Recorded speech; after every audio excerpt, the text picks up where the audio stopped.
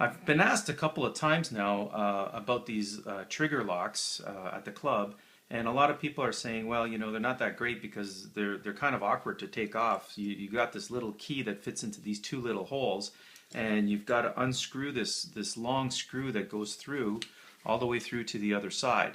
And sometimes the screw can be fairly long, and it's quite tedious work to get it off, especially if you put this thing on a key ring, and you'll be kind of turning forever. So I found an easy way to get around that. I just built a little tool that makes the job a little easier. What you need to do is you need to go to the dollar store or any kind of really inexpensive hardware store and get yourself one of these screwdrivers. This was $1 around here at my place, $1 and change.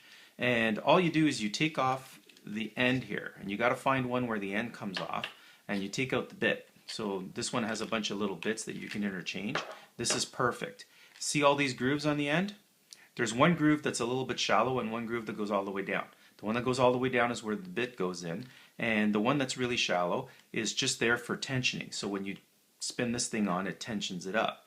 What I did was, all you need is some plastic, some scrap plastic, just kind of like this, that came from some cleaning brushes that I had.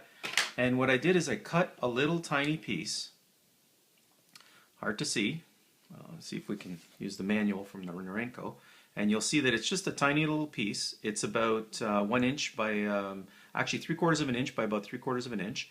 And all I did was I folded it in half. So it acts like a little spring, if you will.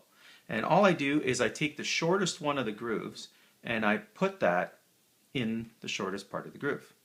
I take my little key and I slide it in right beside the plastic, nice and tight. There you go. And there's your tool. And it makes removing these locks a snap. There you go. Takes a second and your lock is off.